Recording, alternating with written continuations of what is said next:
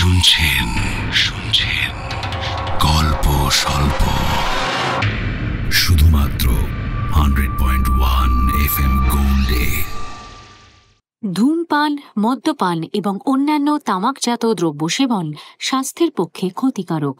FM gold কোনোভাবেই একে সমর্থন করে না এবং শ্রোতাদেরও এই ধরনের বদঅভ্যাস থেকে বিরত থাকতে অনুরোধ করছে।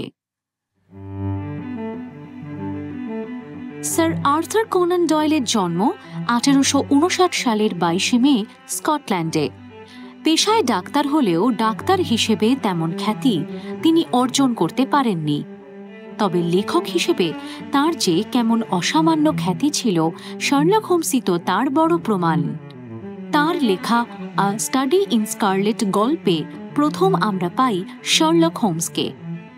1887 সালে প্রথম প্রকাশিত এই উপন্যাস খুব একটা জনপ্রিয়তা পায়নি, কিন্তু 1890 সাল থেকে বিখ্যাত স্ট্র্যান্ড ম্যাগাজিনে বের হতে থাকল শার্লক হোমসের কীর্তিকলাপ। তারপর আর ফিরে তাকাতে হয়নি। 221B বেকার স্ট্রিটের বাসিন্দা শার্লক হোমস প্রায় 23 বছর গোয়েন্দাগিরি করেছেন। এর মাঝে একবার লিখতে লিখতে ক্লান্ত হয়ে স্যার আর্থার কোনান ডয়েল শার্লককে মেরে ফেলেছিলেন, কিন্তু শেষে পাঠকদের চাপে উনি ফিরিয়ে আনতে বাধ্য হন শার্লক হোমসকে। আজ গল্প স্বল্পতে শুনবেন স্যার আর্থার কোনান ডয়েলের গল্প the adventure of the Greek interpreter. গল্প পাঠে সোমক, অর্পণ, অর্ণব, রিয়া, রাজীব, উজ্জ্বল, অরিজিৎ ও দেব। গল্পের সূত্রধার সৌমি।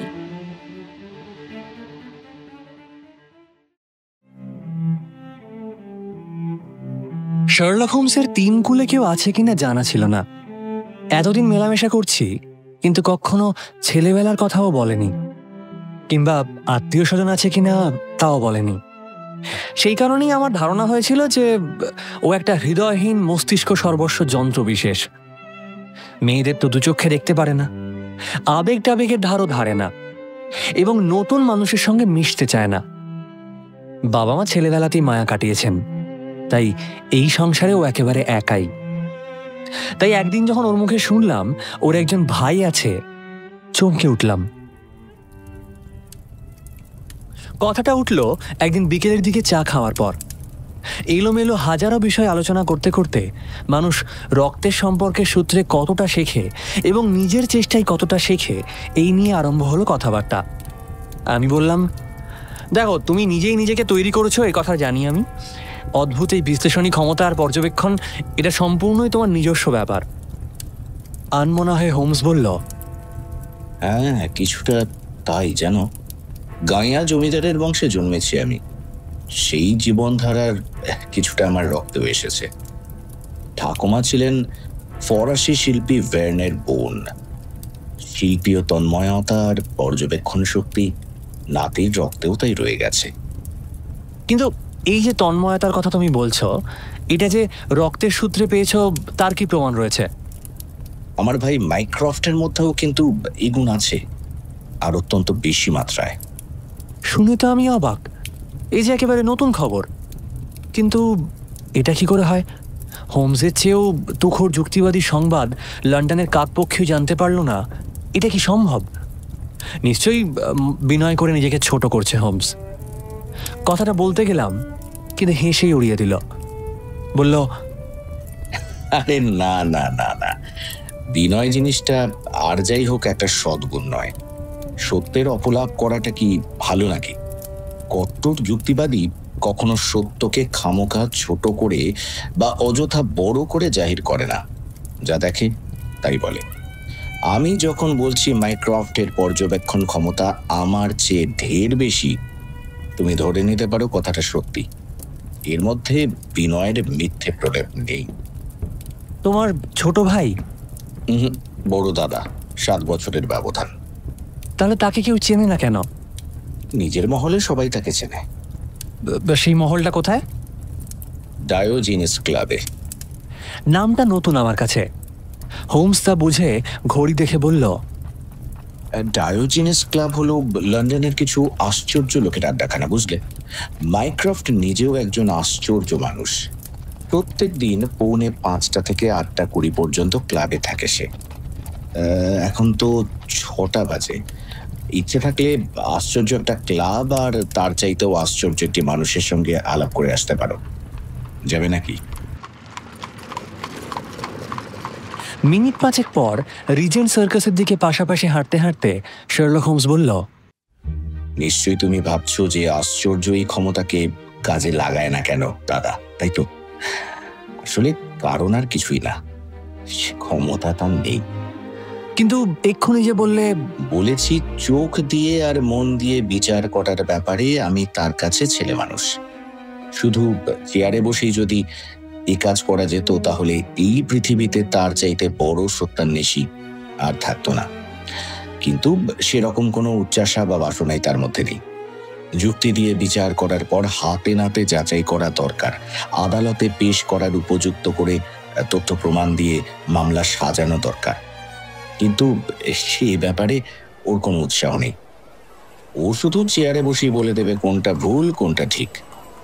পরে কিন্তু আমি মিলিয়ে দেখেছি, জানো, সত্যি ঠিক বলেছে দাদা।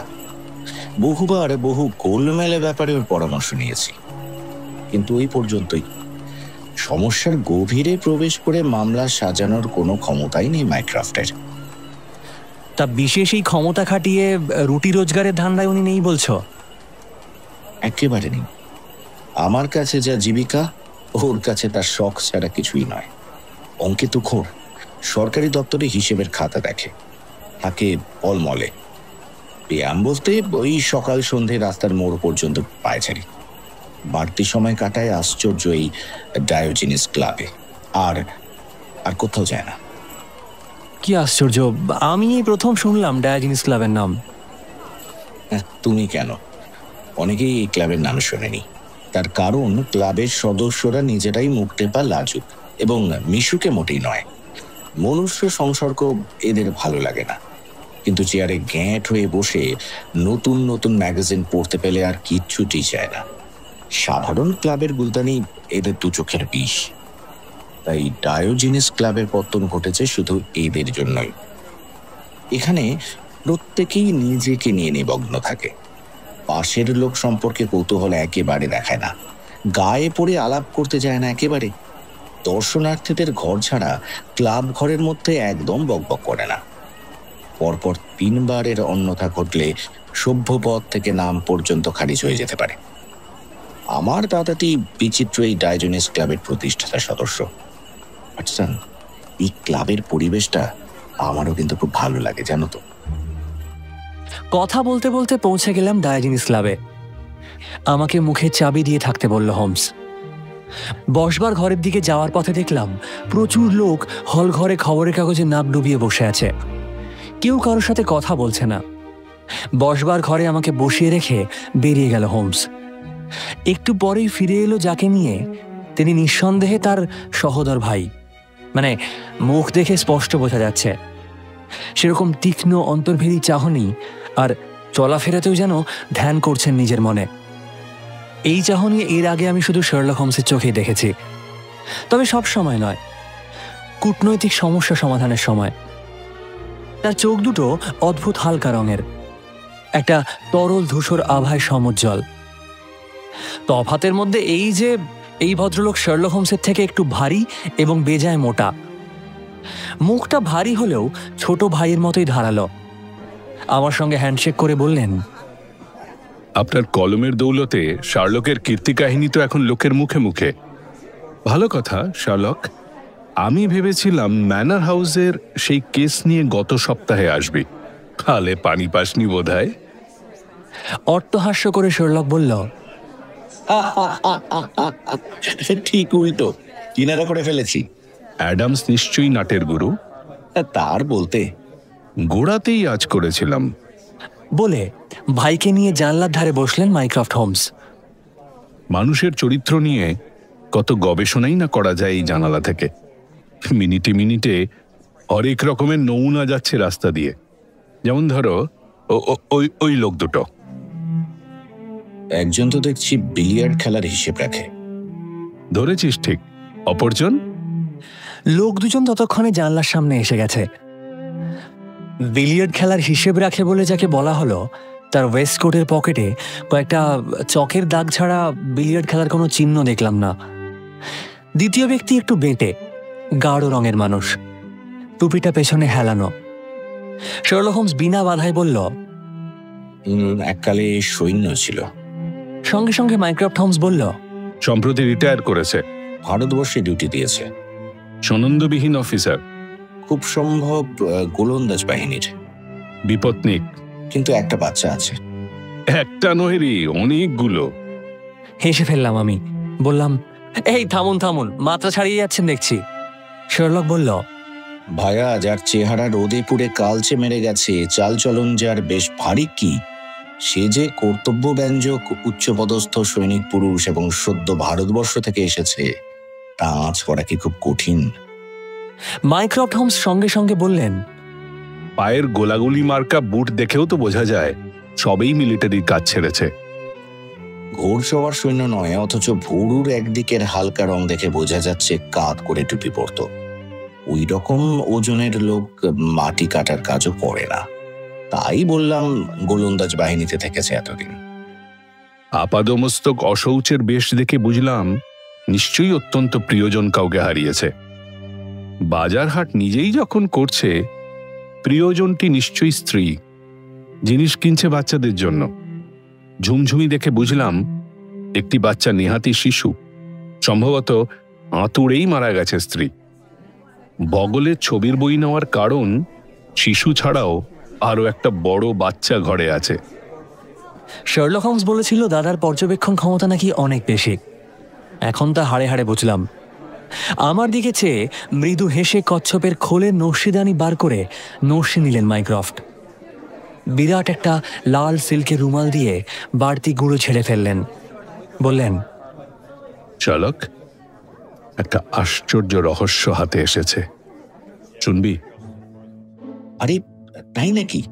আরে বলো বলো, বলে ফেলো। লাফিয়ে উঠল শার্লক হোমস। নোট বই বার করে পাতা ছেড়ে কি একটা লিখলেন মাইক্রফট। বেয়ারাকে ডেকে চিরকুটটা দিলেন তার হাতে।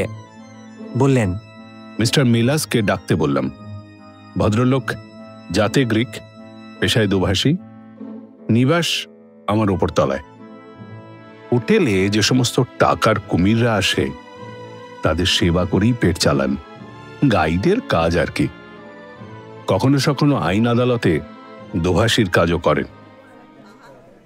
মিনিট খানেক পর ঘরে ঢুকলেন খর্বাকৃতি হৃষ্টপুষ্ট এক ব্যক্তি। আঁটো মজবুত চেহারা, মুখের রংটা জলপাই রঙের, আর মাথার চুল কয়লার মতো কালো। দেখেই বোঝা যায় যে ওর মাতৃভূমি দক্ষিণাঞ্চলে। কথাবার্তা কিন্তু শিক্ষিত ইংরেজদের মতো। সাগ্রহে করমর্দন করলেন শার্লকের সাথে। বিখ্যাত বিশেষজ্ঞের সামনে নিজের বিচিত্র কাহিনী নিবেদন করার সুযোগ পাওয়ায় খুশির রোশনায় ঝিলমিলিয়ে উঠল তার চোখে। কাঁচুমাচু মুখে বললেন, পুলিশ তো আবার কোনো কথাই বিশ্বাস করছে না, কিন্তু মুখে পট্টিওয়ালা লোকটার কি হাল হলো না জানা পর্যন্ত যে নিশ্চিন্ত হতে পারছি না। শার্লক বলল, আপনি বরং আমাকে বলুন। ঘটনাটা ঘটে 2 দিন আগে, সোমবার। আমার মাতৃভাষা গ্রিক, তাই বেশিরভাগ ওই ভাষাতেই আর কি, মানে দোভাষীর কাজ করি। কিন্তু প্রায় সব ভাষাই আমি জানি। লন্ডনের সব হোটেলে আমাকে চেনে। বিদেশি পর্যটকেরা ফাঁপড়ে পড়লেই আমাকে তলব করে, তাই অনেক সময় গভীর রাতেও আমার ডাক পড়ে আর কি। তো সোমবার রাতে মিস্টার ল্যাটিমারকে দেখে তাই আমি অতটা অবাকও হইনি। ভদ্রলোক নিচে গাড়ি রেখে উপরে এলেন। তার এক গ্রিক বন্ধুর সাথে তিনি কিছুতেই কথা বলতে পারছেন না, কারণ গ্রিক ছাড়া তিনি কিছু জানেন না। বাড়ি তার কেনসিংটনে, কাছেই। তাড়াহুড়ো করে আমাকে নামিয়ে এনে গাড়িতে তুললেন মিস্টার ল্যাটিমার। কিন্তু সোজা পথে না গিয়ে গাড়ি চলল ঘুরপথে। তো কারণটা জিজ্ঞেস করতেই ভদ্রলোক এমন একটা কাণ্ড করে বসলেন যে আমি তো পুরো হাঁ হয়ে গেলাম। উনি বসেছিলেন আমার মুখোমুখি। হঠাৎ শীষে দিয়ে ভারী একটা সাংঘাতিক লাঠি পকেট থেকে বার করে সামনে পেছনে দুলিয়ে হাতে বাড়ি মেরে ওজনটা পরখ করলেন, আবার রেখেও দিলেন পাশের সিটের উপর। তারপর ছপাছপ করে বন্ধ করে দিলেন এই জানলাগুলো। তখনই দেখতে পেলাম যে প্রত্যেকটা জানলা কাগজ দিয়ে ঢাকা, যাতে বাইরে আমি দেখতে না পাই। তো তিনি আমাকে বললেন, মিস্টার মেলাস, বুঝতেই পারছেন কোথায় যাচ্ছেন, আপনাকে তা জানাতে চাই না। ভদ্রলোকের কাণ্ড দেখে আমার তো তখন হাত পা ঠান্ডা হয়ে এসেছে। লাঠি বাদ দিলেও মিস্টার ল্যাটিমার শক্তিমান পুরুষ, আর চওড়া কাঁধ, হাতাহাতি করেও খুব একটা সুবিধা করতে পারবো না। তাই তো ওই তোতলাতেই বললাম যে এটা কিরকম হলো মিস্টার ল্যাটিমার? মিস্টার মেলাস, চেঁচামেচি করবেন না, বিপদে পড়বেন। মনে রাখবেন, আপনি কোথায় যাচ্ছেন কেউ জানে না। কথাগুলো খুব ঠান্ডাভাবে বলা হলেও না, গায়ে পুরো কাঁটা দিয়ে উঠল আমার। বেশ বুঝলাম যে পড়েছি যবনের হাতে, খানা খেতে হবে সাথে। বাধা দিতে গেলে বিপদ বাড়বে বই কমবে না। তাই বসে রইলাম একেবারে মুখে চাবি এঁটে, বুঝলেন। ঝাড়া 2 ঘন্টা নানা পথঘাট পেরিয়ে গাড়ি দাঁড়ালো। ঝট করে দরজাটা খুলে চট করে আমাকে টেনে নামিয়ে দেওয়া হলো নিচে খিলেন দেওয়া একটা দরজার ভেতরে।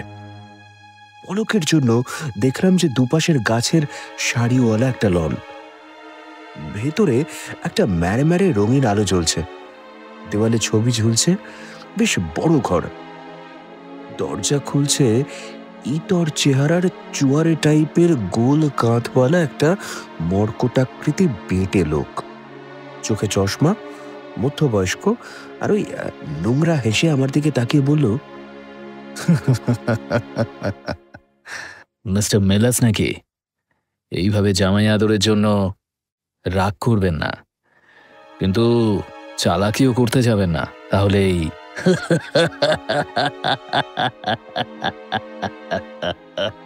এটা বলেই আবার এই কি করে এমন একটা রক্ত জল করা হাসি হাসলো না যে লোমটম পুরো খাড়া হয়ে গেল আমার।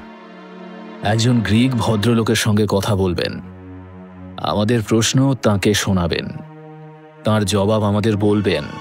যা জিজ্ঞেস করতে বলবো তার বেশি একটা কথাও বলতে যাবেন না, কৌতূহল দেখাতে যাবেন না। যদি দেখান,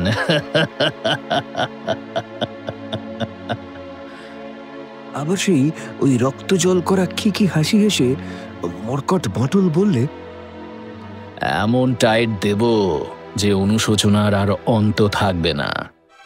তখন ভাববেন, আহারে, কেন মরতে জন্মাতে গেলাম পৃথিবীতে। কথার মাঝেই খুলে গেল একটা দরজা। আমাকে নিয়ে যাওয়া হলো পাশের ঘরে। দামি দামি ফার্নিচার আর পা ডুবে যাওয়া কার্পেট দিয়ে সাজানো একটা ঘর। একটু পরেই প্রায় ধরে ধরে এক ব্যক্তিকে আনা হলো সেই ঘরে। কাছে আসতেই ক্ষীণ আলোয় দেখলাম তার মুখের চেহারা। আঁতকে উঠলাম সেই মুখটা দেখে। মোচড় দিয়ে উঠল ভেতরটা অব্যক্ত বেদনায়। সারা মুখে তার অজস্র পটি, প্লাস্টার আর প্লাস্টার। একটা বিরাট প্লাস্টার দিয়ে মুখটা বন্ধ। কথা বলার জো নেই, দেহে শক্তি একটা বিন্দুও নেই, কিন্তু মনটা এখনো নুয়ে পড়েনি। অপরিসীম আত্মবল ধক ধক করে চলছে বিশাল ওই দুটো চোখে। লোকটাকে একটা চেয়ারে বসানো হলো বটে, কিন্তু সেটা না বসারই শামিল। যে কোনো মুহূর্তে ঘাড় মুচকে ধরাস করে পড়ে যাবেন বলে মনে হলো। তখন ওই মাঝবয়সী লোকটা বলল, হ্যারল্ড, ওর হাত খোলা আছে, পেন্সিলটা হাতে দাও। মিস্টার মেলাস, আপনি জিজ্ঞেস করবেন, উনি লিখে জবাব দেবেন। প্রথমে জিজ্ঞেস করুন, কাগজপত্রে সই দেবেন কিনা। মুমূর্ষু গ্রিকের বিশাল চোখে বিদ্যুৎ খেলে গেল এই প্রশ্নে। গ্রিক ভাষায় ক্যাচ ক্যাচ করে প্লেটের জবাব লিখলেন, কখনোই না। কোনো শর্তেই নয়। তখন ওই ইতর লোকটার প্রশ্নের তর্জমা করলাম আমি। একটাই শর্ত, গ্রিক পুরুতের সামনে ওর বিয়ে দিতে হবে। কপালে অনেক দুর্ভোগ আছে দেখছি। পরোয়া করি না। এইভাবেই চলল কথাবার্তা। আমি জিজ্ঞেস করছি আর উনি লিখে জবাব দিচ্ছেন। একই প্রশ্ন আর জবাব ঘুরে ফিরে এলো সেই প্রশ্নোত্তরের মধ্যেই, কাগজপত্র সই করবেন কিনা। এই কথাটারই বারবার তিনি জবাব দিয়ে গেলেন। কখনোই না। সীমাহীন ঘৃণা যেন ঠিকরে ঠিকরে বেরোচ্ছে জবাব লেখার ধরনে। এই সময় না একটা মতলব এলো আমার মাথায়। সাংঘাতিক একটা ঝুঁকি নিলাম আমি। যেটুকু জিজ্ঞেস করতে বলা হলো আমাকে, তার চেয়ে একটু বেশি জিজ্ঞেস করলাম এবং জবাবটা নিজের মনের মধ্যেই জমিয়ে রাখলাম। শয়তানদের কাছে সেটা অবশ্য চেপে গেছিলাম। কিরকম ভাবে চালাকিটা খেললাম শুনুন। কেন গোয়ার তুমি করছেন? কে আপনি? বেশ করেছি, লন্ডনে আমি নবাগত। অবাধ্যতার শাস্তি কিন্তু মৃত্যু। কতদিন এসেছেন? হোক না মৃত্যু, 3 সপ্তাহ। এই সম্পত্তি এই জীবনে তো আপনি পাবেন না, তো কি হয়েছে আপনার? আমি না পাই শয়তানের বাচ্চাদেরও দেব না। না খাইয়ে রেখেছে আমাকে। সইটা করলেই ছেড়ে দেবো। এই বাড়িটা কোথায়? সই করব না, জানি না। তাতে ওর কোনো লাভ হচ্ছে কি? কি নাম আপনার? সেটা ওর মুখেই শুনবো। রাতাই দিস। সই করলেই তো দেখা হবে। কোত্থেকে এসেছেন? তাহলে চাই না দেখা করতে। এথেন্স থেকে। মিস্টার হোমস, আর একটা প্রশ্ন করলেই না ওই কুচুক করে লোক দুটোর সামনেই ব্যাপারটা পুরো ফাঁস হয়ে যেত। কিন্তু ঠিক ওই সময় আচম্বিতে দরজা খুলে ঘরে ঢুকলো একজন পরমা সুন্দরী লাবণ্যময়ী মহিলা, তন্নি, দীর্ঘাঙ্গী এবং কৃষ্ণকেশী। প্রায় ভাঙা ভাঙা ইংরেজিতে বললেন, হ্যারল্ড, আর কতক্ষণ একা থাকবো? আরে পল যে! শেষ বিস্ময় ধ্বনিটা বেরোলো গ্রিক ভাষায়। চক্ষের নিমেষে লাফিয়ে দাঁড়িয়ে উঠলেন ওই নিগ্রহ বিধ্বস্ত গ্রিক পুরুষ। একটানে খুলে ফেললেন তার মুখের প্লাস্টার এবং সোফি, সোফি বলে আকুল কণ্ঠে চেঁচিয়ে উঠে জড়িয়ে ধরলেন সুন্দরীকে।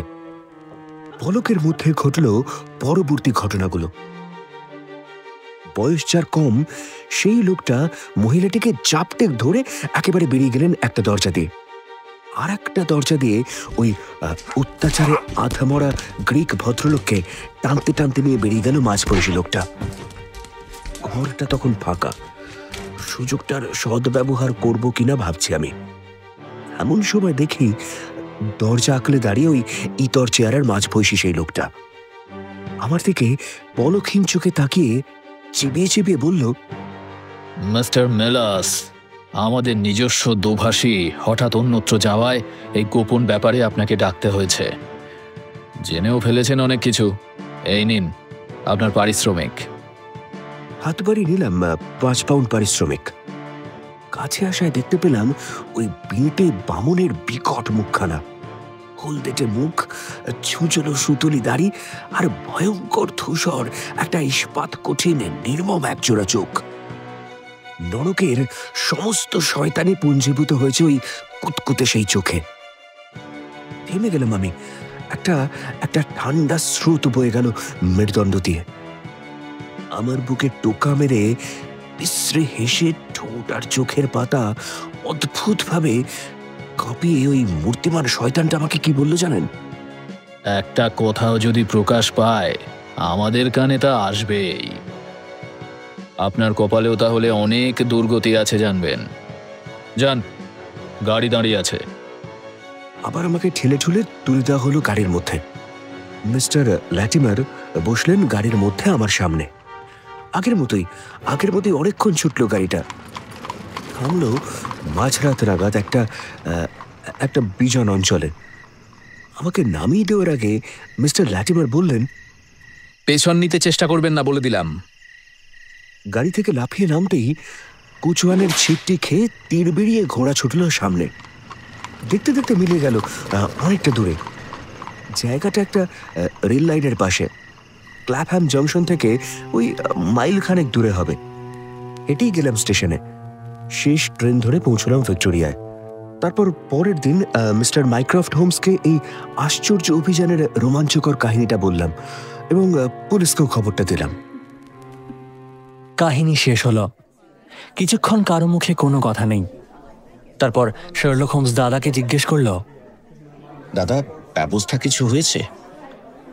টেবিল থেকে ডেইলি নিউজ কাগজটা তুলে মাইক্রফট হোমস বললেন, এই বিজ্ঞাপনটা ছেড়েছি সব কাগজেই, কিন্তু জবাব আসেনি। বিজ্ঞাপনটা এই, পল ক্র্যাটাইদিস নামক এক ইংরেজি অজ্ঞ গ্রিক ভদ্রলোক সম্বন্ধে খবর চাই, এসেছেন এথেন্স থেকে।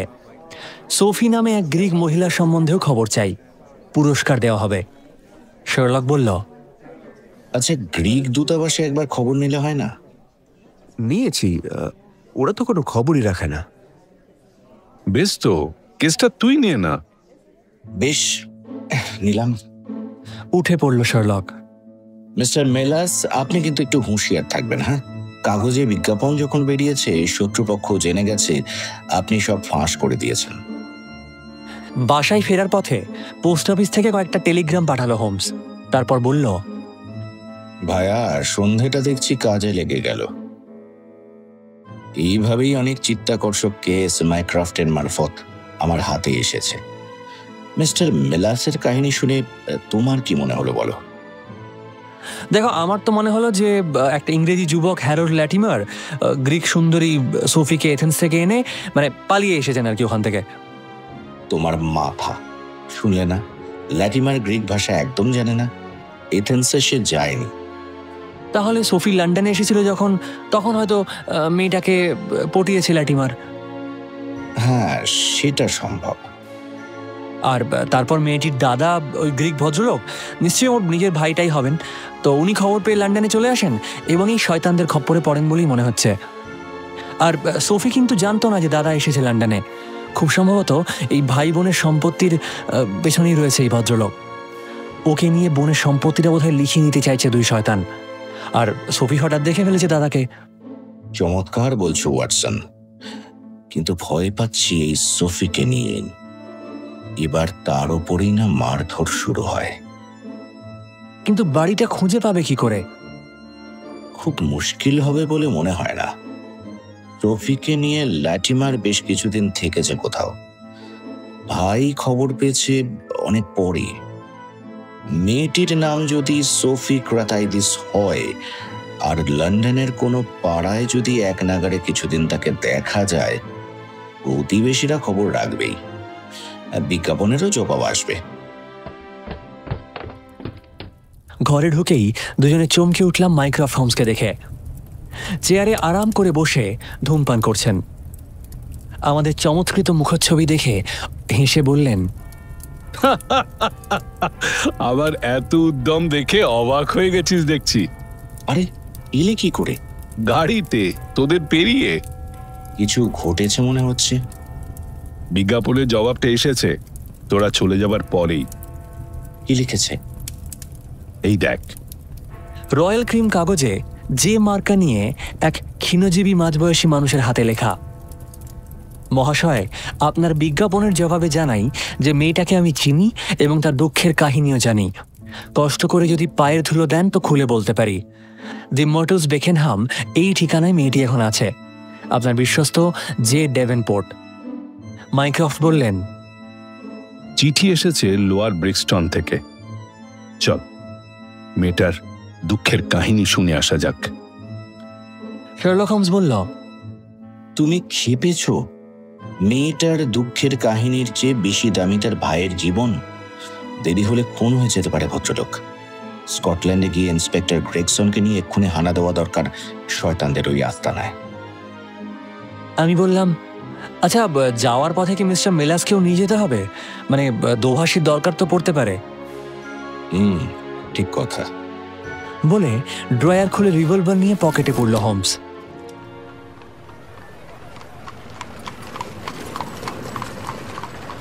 কিন্তু মেলাসের বাড়ি গিয়ে শুনলাম একটু আগেই নাকি হাসি খুশি বেটেখাটো চশমাওয়ালা একটা লোকের সঙ্গে বেরিয়ে গেছেন মিস্টার মেলাস। শুনি আর তর্স হইল না হোমসের। সর্বনাশ!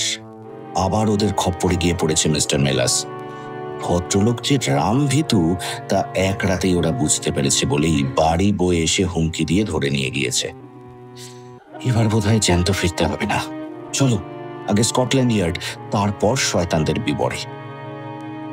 কিন্তু সময় মতো গাড়ি পাওয়া গেল না। গাড়ি পাওয়া গেল তো সরকারি নিয়ম রক্ষা করে বাড়ি তল্লাশির অনুমতি বার করতে বেশ খানিকটা সময় নষ্ট হলো।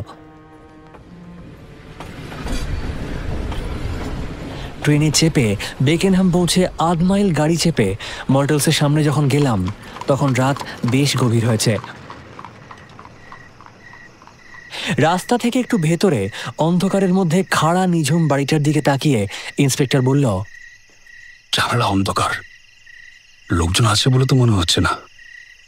শার্লক বলল, পাখি উড়েছে। কিভাবে বললেন? মালপত্র বোঝাই একটা গাড়ি 1 ঘন্টার মধ্যে গেছে এখান থেকে।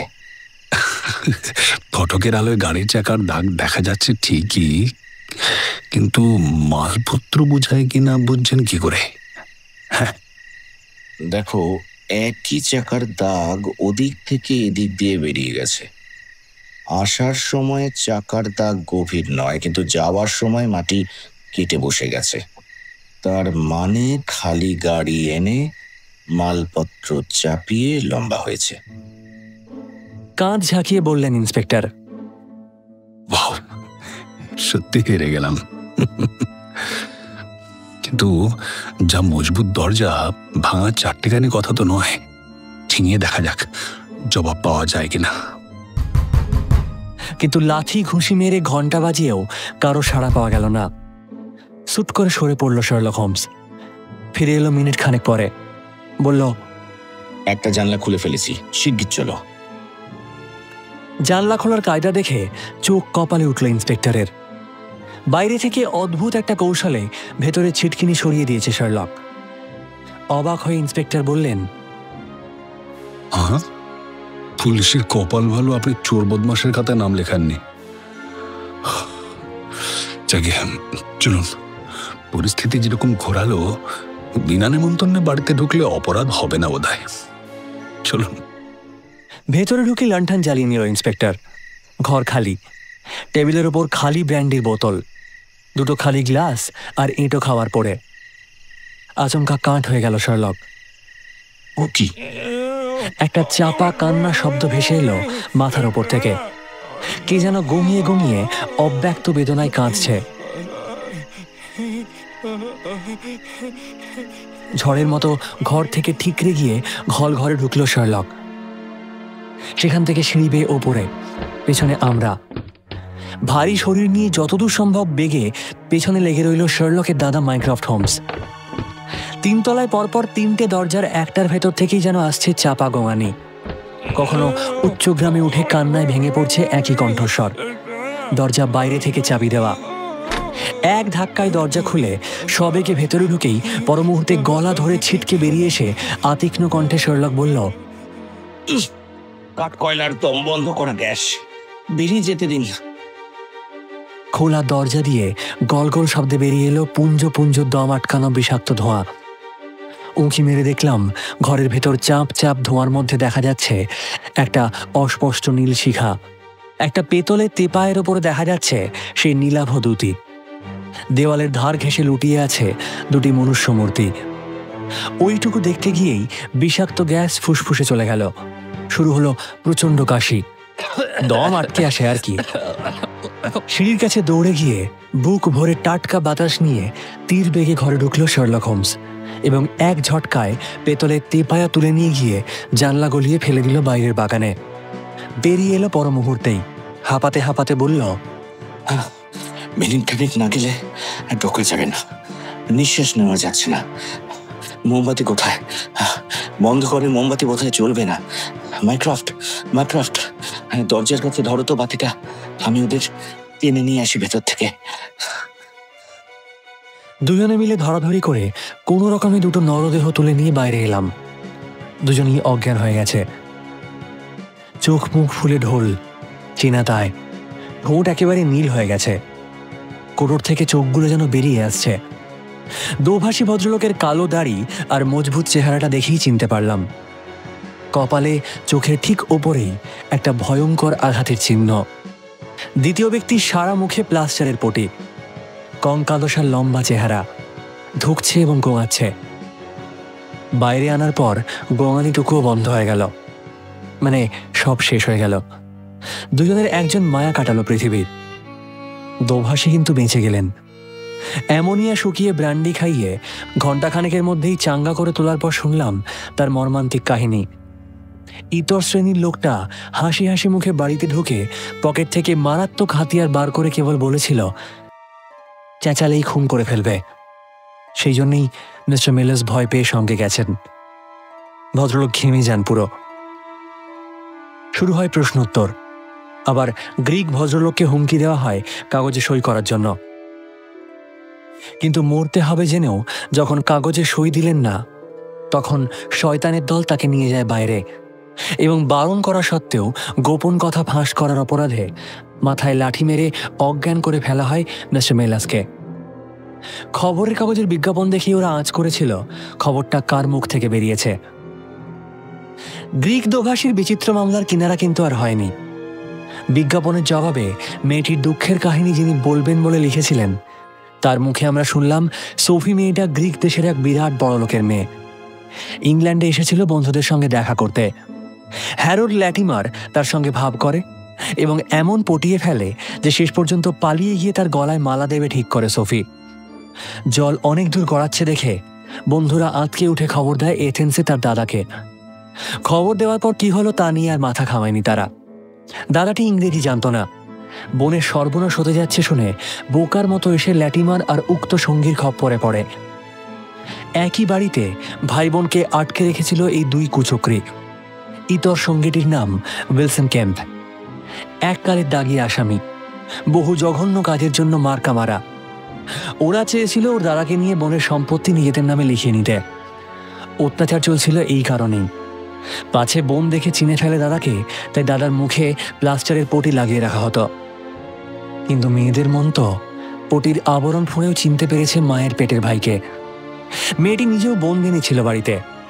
কোচোয়ান আর তার বউ ছাড়া বাড়িতে লোকজন আর কেউ ছিল না। দুজনেই ছিল শয়তানের হাতের পুতুল। না খাইয়ে রেখে মারধর করেও যখন উদ্দেশ্য সিদ্ধ হলো না, তখন ওরা 2 ঘন্টার মধ্যে মেয়েটাকে নিয়ে পালিয়ে যায় বাড়ি থেকে। অবাধ্য দাদা আর বিশ্বাসঘাতক দোভাষীর মৃত্যুর ব্যবস্থা করে যায় বদ্ধ ঘরে কাঠকয়লার ধোঁয়ায়। মাস কয়েক পরে বুদাপেস্ট থেকে প্রকাশিত খবরের কাগজে একটা অদ্ভুত খবর বেরোয়। 2 ইংরেজ একজন গ্রিক সুন্দরীর সঙ্গে যেতে যেতে ছুরির আঘাতে আহত হয়ে মারা গেছে। পুলিশের ধারণা নিজেরাই ছুরি মারামারি করে মরেছে। শার্লক হোমসের ধারণা অবশ্য অন্যরকম। ভাই বোনের ওপর অত্যাচারের প্রতিশোধ কিভাবে নিল সোফি, তা তার মুখ থেকেই শুনবে শার্লক, যদি কোনোদিন দেখা হয়।